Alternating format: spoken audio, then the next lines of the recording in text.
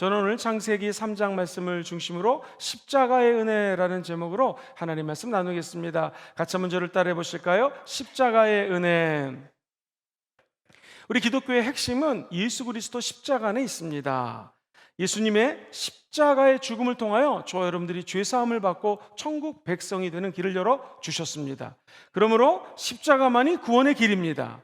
예수 십자가만이 영생의 길입니다. 예수 그리스도의 십자가만이 영광의 길입니다. 예수 십자가만이 승리의 길입니다. 예수 그리스도의 십자가만이 저와 여러분들을 변화로 이끌 수가 있습니다. 십자가만이 천국으로 가는 유일한 길이 된다는 것입니다. 십자가만 부여잡고 나아갈 때 우리는 어떤 유혹이 와도 흔들리지 않습니다. 오늘 이 본문 말씀에는요, 죄와 인간에 대한 메시지가 담겨져 있습니다. 하나님은 6일 동안 천지를 창조하셨죠. 그리고 마지막 날 6일째 되는 날 하나님이 우리의 형상을 따라 하나님의 사람들을 만들자 하고 저와 여러분들은 하나님의 형상을 따라 만들어졌습니다. 하나님은 영이시기 때문에 저와 여러분들도 하나님의 형상을 따라 만들어져서 우리 안에는 영이 거합니다. 영이라고 하는 영적 세계가 우리 안에 거하게 된다는 것입니다. 하나님은 사람을 위하여 동방에 에덴 동산을 지으시고 이 영적인 존재들을 하나님의 기쁨과 찬양할 수 있도록 배려해 주셨습니다. 그런데 그곳에 아름다운 나무들도 많고 먹을 것도 많았는데 단 한 가지 선악과는 주님께서 먹지 말라고 말씀을 하셨습니다. 그런데 우리 인간이 마귀의 꿰매 빠져서 선악과를 먹게 됐죠. 사람은요, 하나님의 말씀을 거역할 때가 얼마나 많은지 모릅니다. 비단 아담과 하와뿐만 아니라 정말로 위대한 선지자들도 하나님의 메시지를 거역할 때가 있었습니다. 예를 들어보겠습니다. 요나도 하나님이 니네로 가라 말씀하셨는데 나는 다시스로 갑니다 라고 하면서 도망을 갑니다. 하나님의 뜻이 내 뜻과 틀리다라는 거예요. 만약 우리 일제시대를 겪지 않았습니까? 일본 제국시대에 그들에게 많은 핍박을 받고 어려움이 있었는데 복음 증거하는 자에게 일본에 가서 복음을 증거하라. 나는 저 나라 백성들 내가 이해할 수도 없고 용서할 수 없습니다. 갈 수 없습니다. 니느웨 우리를 괴롭혔던 백성 아닙니까? 거기로 갈 수 없습니다 하면서 요나는 결국에는 도망을 가고요, 우리가 잘 아는 것처럼 배 밑에서 잠을 자다가 결국 이 큰 고래 뱃속에 들어가는 어려움을 겪게 됩니다. 사랑하는 성도님들, 우리가 하나님께 죄를 범하였을 때에 하나님께 죄를 고백하면 주님은 용서해 주십니다. 그때야 요나는 자기 죄를 깨닫고 하나님께 자백을 하죠. 잘못했다고 용서해 달라고 기도를 합니다. 하나님은 그를 다시 물고기 뱃속에서 토해내게 하시고 하나님의 메신저로 사용하여 주셨습니다. 하나님은 하나님의 낯을 피하여 에덴 동산 나무 사이에 숨은 아담을 부르셨습니다. 아담을 찾고 있습니다. 아담아 네가 어디 있느냐?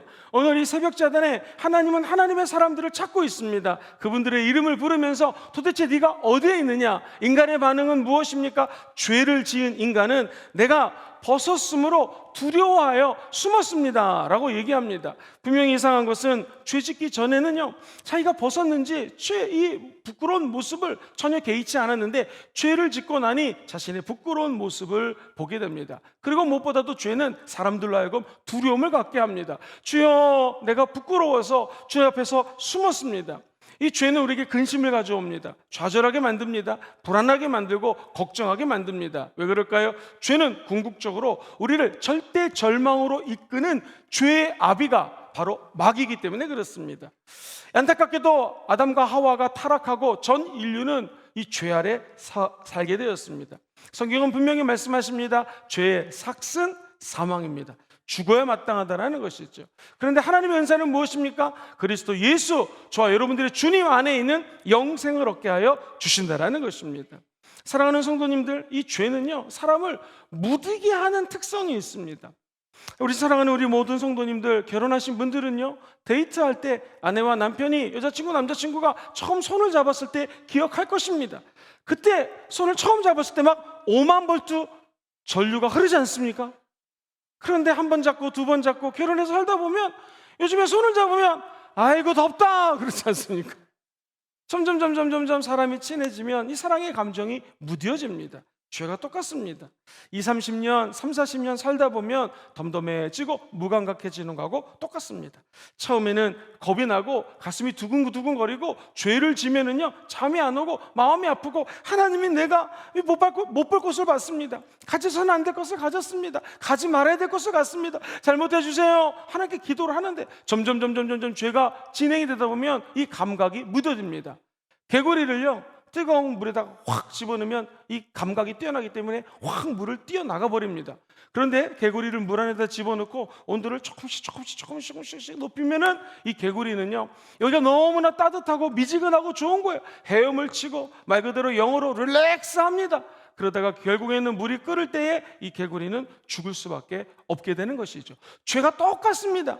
처음 짓는 죄는 우리에게 불안을 가져오고 하나님을 피해가고 어려움을 갖고 오지만 이게 익숙해지다 보면은요 묻어지는 거예요. 저와 여러분들 가운데 죄에 묻어진 분이 있다면 오늘 주 앞에 나와 회개하고 다시 죄에 대해서 민감성을 갖게 되기를 주의 이름으로 축원드립니다. 그렇다면 우리는 어떻게 이 죄 문제를 해결할 수가 있을까요? 죄 문제의 답은 바로 구세주 예수 그리스도입니다. 공의의 하나님은요 죄 지은 인간에게 사망의 심판을 선고하십니다. 인간이 죄의 사함을 받기 위해서는 이 세상에 죄가 하나도 없는 사람이 와야 됩니다. 그리고 그가 대신해서 제물로 죽어야 됐습니다. 그런데 우리 모든 인류가 다 죄를 졌기 때문에 아무도 이 죄의 짐을 맡을 사람이 없습니다. 결국 하나님은 그의 독생성자 예수님을 이 땅에 보내주시죠. 그리고 예수님은 저와 여러분처럼 똑같은 인간으로 오기 위해서 여자의 몸을 빌려서 태어납니다.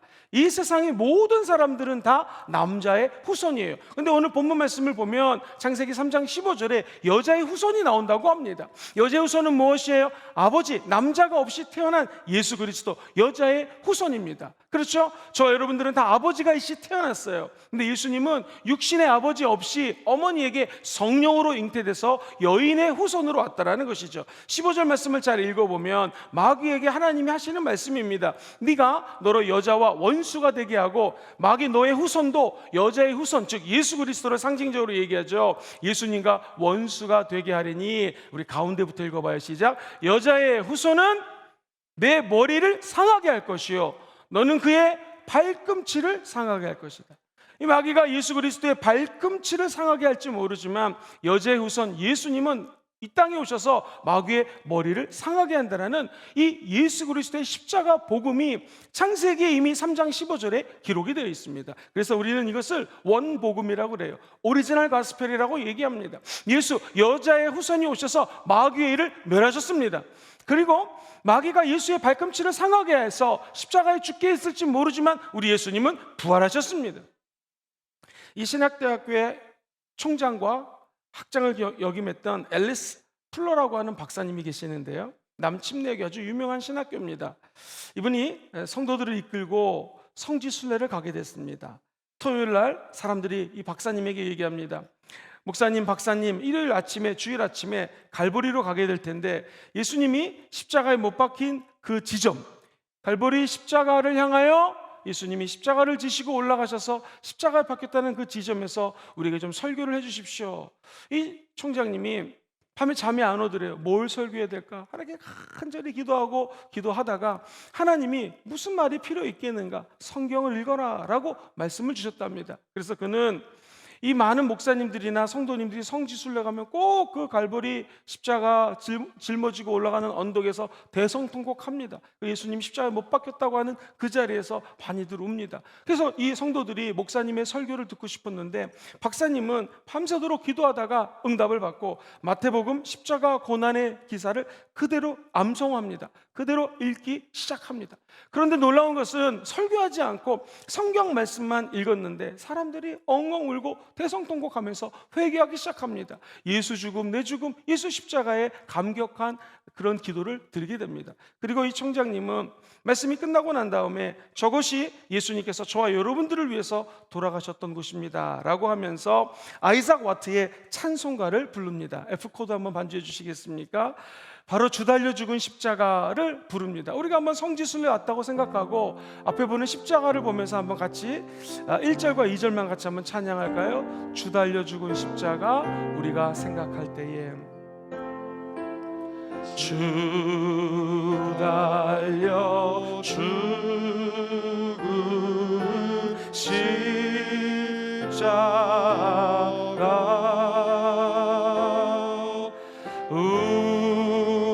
우리가 생각할 때 세상에 속한 욕심을 세상에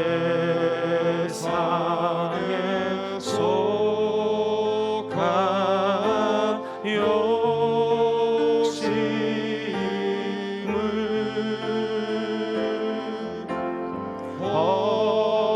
헛된 줄 알고 버리네.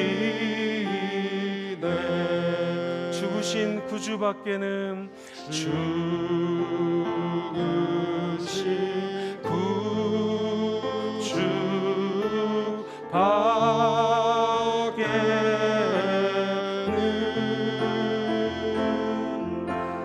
자랑을 말게 하소서.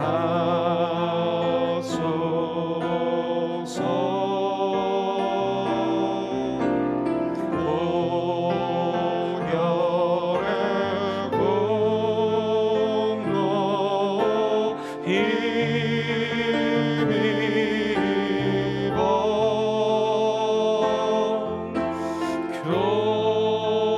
교만한 마음은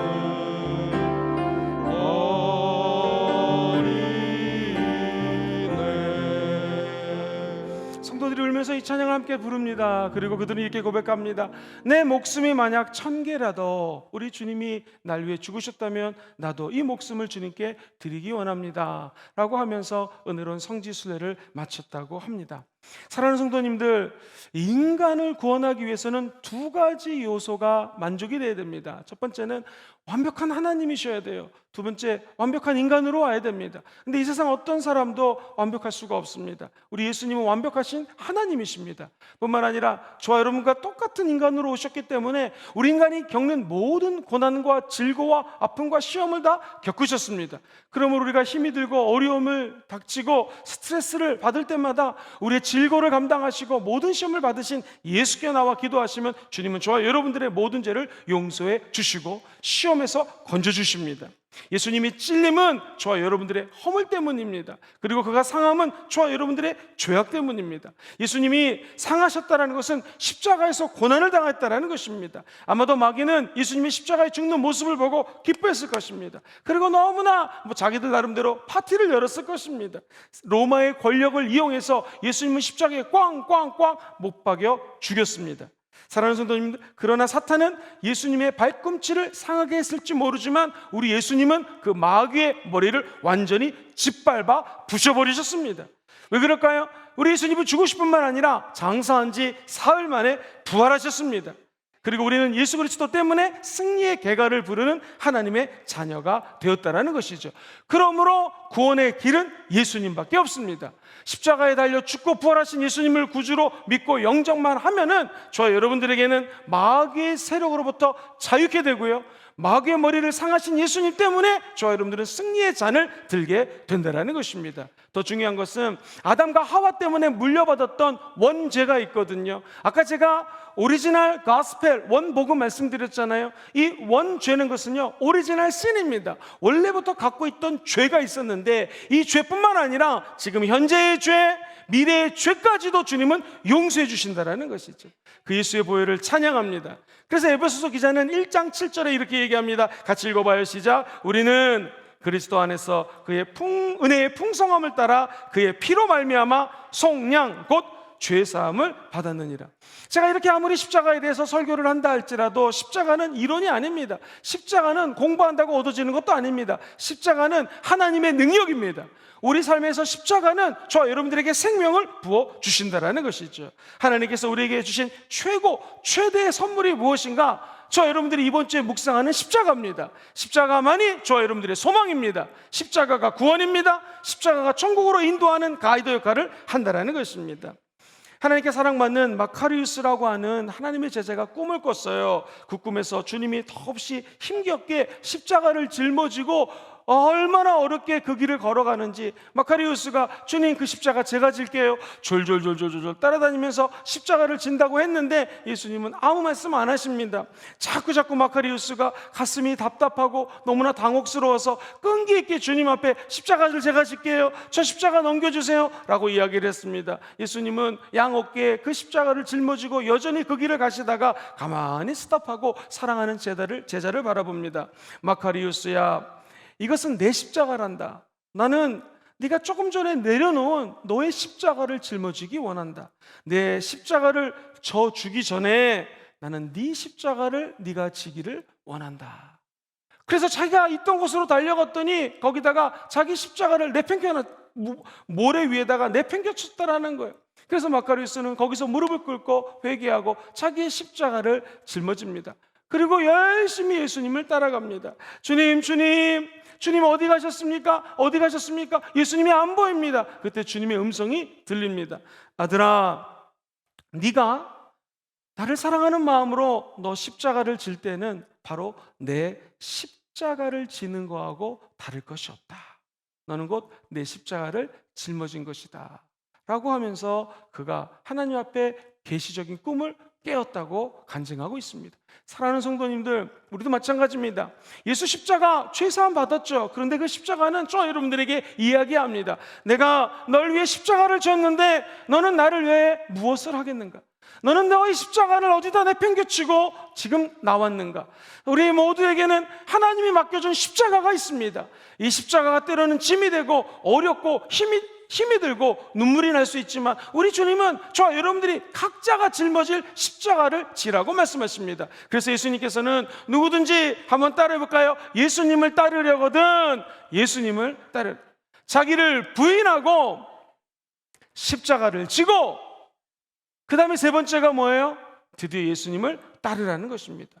저 여러분들이 오늘 이 새벽에 나와 한 주 동안의 십자가 은혜를 묵상하고 있습니다. 먼저 우리 안에 있는 자기 자신을 부인하시기를 주의 이름으로 축원드립니다. 부인한다는 것은 무엇입니까? 내 지식, 내 교만, 나의 자랑, 내가 지금까지 갈고 닦아왔던 모든 것들을 다 부인하시고 지금까지 지내온 것 뭐예요? 십자가의 은혜입니다. 하나님의 은혜입니다 라고 고백하십시오. 그리고 각자가 갖고 있는 십자가가 틀립니다. 주님 주시는 십자가를 짊어지고 오늘도 예수의 길을 따를 때 주님 이렇게 말씀하실 것입니다. 착하고 충성된 종아, 네가 네 십자가를 짊어진 것이 곧 내 십자가를 짊어진 것이다.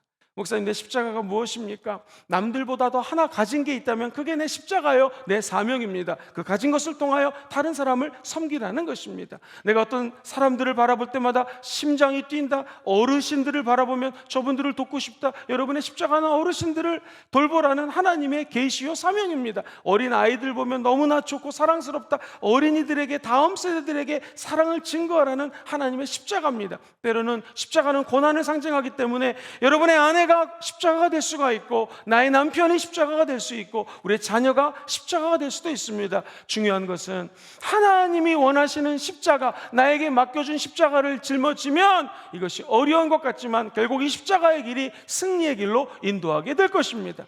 전도해 보셨습니까? 전도한 사람을 영적으로 먹이고 돌봐주고, 이거 정말 어렵습니다. 왜냐하면 이제 나이가 30살이건 50살이건 60살이건 상관없이 예수 처음 믿으면 응애하고 태어난 거기 때문에 꼭 애기랑 똑같습니다. 그 마음속에 아직 예수를 모릅니다. 말씀도 모릅니다. 그러면 그 전도한 사람을 돌보려면요 얼마나 힘든지 모릅니다. 먹여줘야 되고 돌봐줘야 되고 전화해줘야 되고 참 힘이 듭니다. 그러나 하나님은 그게 십자가라고 맡기셨다면 그 십자가를 짊어지는 자에게는요 첫 번째, 그 영혼이 잘 되게 되어 있습니다. 왜? 남을 돌보다 보면 결국에는 내 영혼이 다시 살아납니다. 그에게 말씀을 전하다 보면 내가 말씀을 오히려 먹게 되는 것이죠. 그리고 그가 자라나는 것을 바라보면서 주님 기쁘시죠? 물론 제가 전도했다기보단 하나님이 은혜 주셔서 전도한 건데 이게 이분이 잘 자라고 있습니다 할 때 주님은 기뻐하시고 천국에서 반드시 큰 상급을 허락하여 주실 것입니다. 오늘 본문은 얘기합니다. 가죽옷을 우리 주님이 입혀주시는 장면이 나와요. 왜냐하면 이 아담과 하와가 아이고 내가 부끄러워서 하나님을 떠나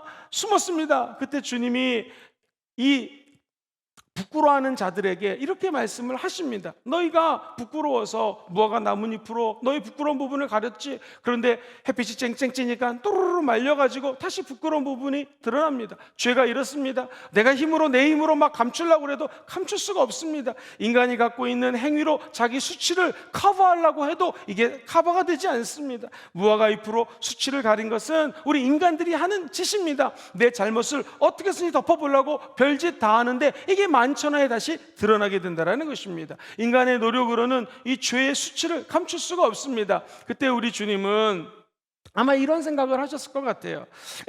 어떤 사람이 엑스레이를 찍는 기사인데 몸이 안 좋네. 그래 엑스레이를 찍었는데 일이 바쁘다 보니까 자기 거를 체크하는 것을 까먹었습니다. 그리고 어느 날 시간이 지나가지고 막 보다 보니까 어떤 사람이 엑스레이가 있는데 엑스레이를 판독할 줄 알잖아요. 이거 봐, 이거 아주 몹쓸병에 걸렸는데 이 사람 도대체 누구야? 알고 봤더니 자기 자신이었다라는 것입니다. 우리가 그렇습니다. 죄를 갖다 내 죄는 쉽게 던져버리고 다른 사람의 죄는 막 이거 치명적인 죄인데 이거 안 좋은 데인데 이렇게 정죄할 때가 얼마나 많습니까? 엑스레이 비춰보면 우리 안에 있는 질병들이 또는 보이지 않는 뼈들이 보이는 것처럼 하나님 말씀에 비춰보면 우리는 죄인입니다. 우리가 기도하고 성령의 음성을 따라가면 우리는 죄인이라는 것이죠. 그런데 무화과 나무로 입은 이 엮은 그 옷들은 말라져 버리죠. 인간의 방법은 다 없어져 버립니다. 그러나 우리 예수님은 가죽옷을 만들어서 이 아담과 하와에게 입혀주십니다. 가죽옷은 무엇입니까? 이 아담과 하와 때문에 짐승이 죽어야 됐습니다. 피를 흘려야 됐습니다. 피 흘림이 없이는 죄사함이 없기 때문에 그렇습니다. 그것은 뭘 상징하냐면 저와 여러분들은 죄는 우리가 졌는데 예수님이 피를 흘리시고 예수 그리스도의 보혈의 가죽옷을 입혀주셨다는 것입니다. 이제는 내 수치를 내 노력으로 커버하는 것이 아니라 예수 십자가로 주님께서 용서해 주시고 은혜 위에 은혜를 부어주신다는 것이죠. 사랑하는 성도님들, 십자가는 기독교의 상징입니다. 기독교의 원동력도 십자가입니다. 다시 말하면 왜 십자가가 기독교의 상징인가? 예수 그리스도께서 저와 여러분들을 위해서 가죽옷이 되셨고 가죽을 찢기시고 피를 흘리시면서 제물이 되셨기 때문에 저와 여러분들의 죄는 이제 다 사해졌다라는 것입니다. 한번 오늘 십자가의 은혜를 하나님 입장에서 생각해 보겠습니다. 이 의용님이라는 분이 고독이라는 교만이라는 책에서 이런 내용을 언급합니다. 옛날에 어떤 왕이 있었는데 새로운 법을 발표하면서 앞으로 이 모든 범법자들은 누구든지 벌로 두 눈을 빼겠다라고 공언을 합니다. 선포를 했어요. 그러던 어느 날 부하들이 범법자를 체포했습니다. 그가 누굴까요? 다름이 아닌 자기 아들이었습니다. 이제 왕은 고민할 수밖에 없습니다. 이거 어떻게 하면 좋을까? 아들이 죄를 묵인하자니 국민들 앞에서 명분이 서지 않을 것입니다. 아들의 두 눈을 뽑자니 아버지로서는 차마 못할 짓이었죠. 고민을 하다가 왕은 결국 아들의 눈 한쪽과 자기의 눈 한쪽을 뽑았다고 합니다. 이유영님이 쓴 책에 인용한 것입니다. 이렇게 해서 왕은 스스로 법도 지켰습니다. 그리고 자식에 대한 깊은 사랑도 보였다라는 것이죠. 다시 말해서 공적으로 선포했던 메시지와 아들을 향한 사랑 두 가지를 다 이뤘다라는 것입니다. 예수님, 우리 하나님 한번 생각해 보시겠습니까? 예수 그리스도께서는 그렇게 하지 않으셨습니다. 징벌을 나에게는 반을 맡기고 너희들이 죄를 졌으니까 나머지 반은 너희들이 죄를 감당해라. 내 눈 한쪽을 뽑고 너희들 눈 한쪽을 뽑겠다 그러지 않았습니다. 우리 주님 아마 이렇게 말씀하실 것입니다. 내 두 눈을 다 뽑아라. 나의 십자가를 내가 달라서 내가 죽을 테니 나를 못 박여 죽여라. 내가 그 모든 죄를 감당하겠다. 그리고 그 죄인에게는 자유를 주겠노라. 이게 하나님 입장에서는 하나님의 사랑과 하나님이 우리 인간을 향한 공의가 두 개가 다 이루어진 것입니다. 공의를 이루다 보면 사랑이 떠나가게 되고요, 사랑만 하다 보면 공의로움이 떠나가게 됩니다. 이 십자가는 두 가지의 밸런스라는 거예요. 균형이라는 것입니다. 우리 주님은 저와 여러분들을 사랑하십니다. 뿐만 아니라 공의로우신 하나님은 어떤 사람을 통하여 죄를 없애야 되는데 그 죄값을 치르신 분이 바로 하나님의 아들 예수님이라는 것이죠. 그래서 하나님의 사랑과 공의는 하나님의 속성을 나타내는 대표하는 두 기둥입니다. 자녀를 키울 때 사랑만 해서 키우면 안 됩니다. 공의롭다고 해서 말씀을 가지고 율법적으로만 키우면 아이에게 사랑을 받지 못하기 때문에 엉뚱한 데로 갈 수가 있습니다. 부모는 두 가지의 속성을 다 균형을 갖춰서 키워야 되는 것처럼 이게 하나님의 속성입니다. 공의를 생각하다 보면 사랑을 놓치고요, 공의만 생각하다 보면 사랑을 거꾸로 될 때가 얼마나 많이 있습니다. 사랑하는 성도님들, 십자가는 공의와 사랑이 만나는 하나님의 기가 막힌 지혜입니다. 십자가의 은혜는 하나님이 저와 여러분들에게 공의와 사랑을 믹서시켜주는 놀라운 은혜의 자리가 십자가 자리라는 것을 기억하시기를 주의 이름으로 축원드립니다. 저와 여러분 같은 죄인에게 생명과 자유를 주는 은혜의 자리가 바로 십자가임을 평생 동안 자랑하시고 목소리 높여 주님만 고백하시고 송축하는 저 여러분 되시기를 주의 이름으로 축원드립니다.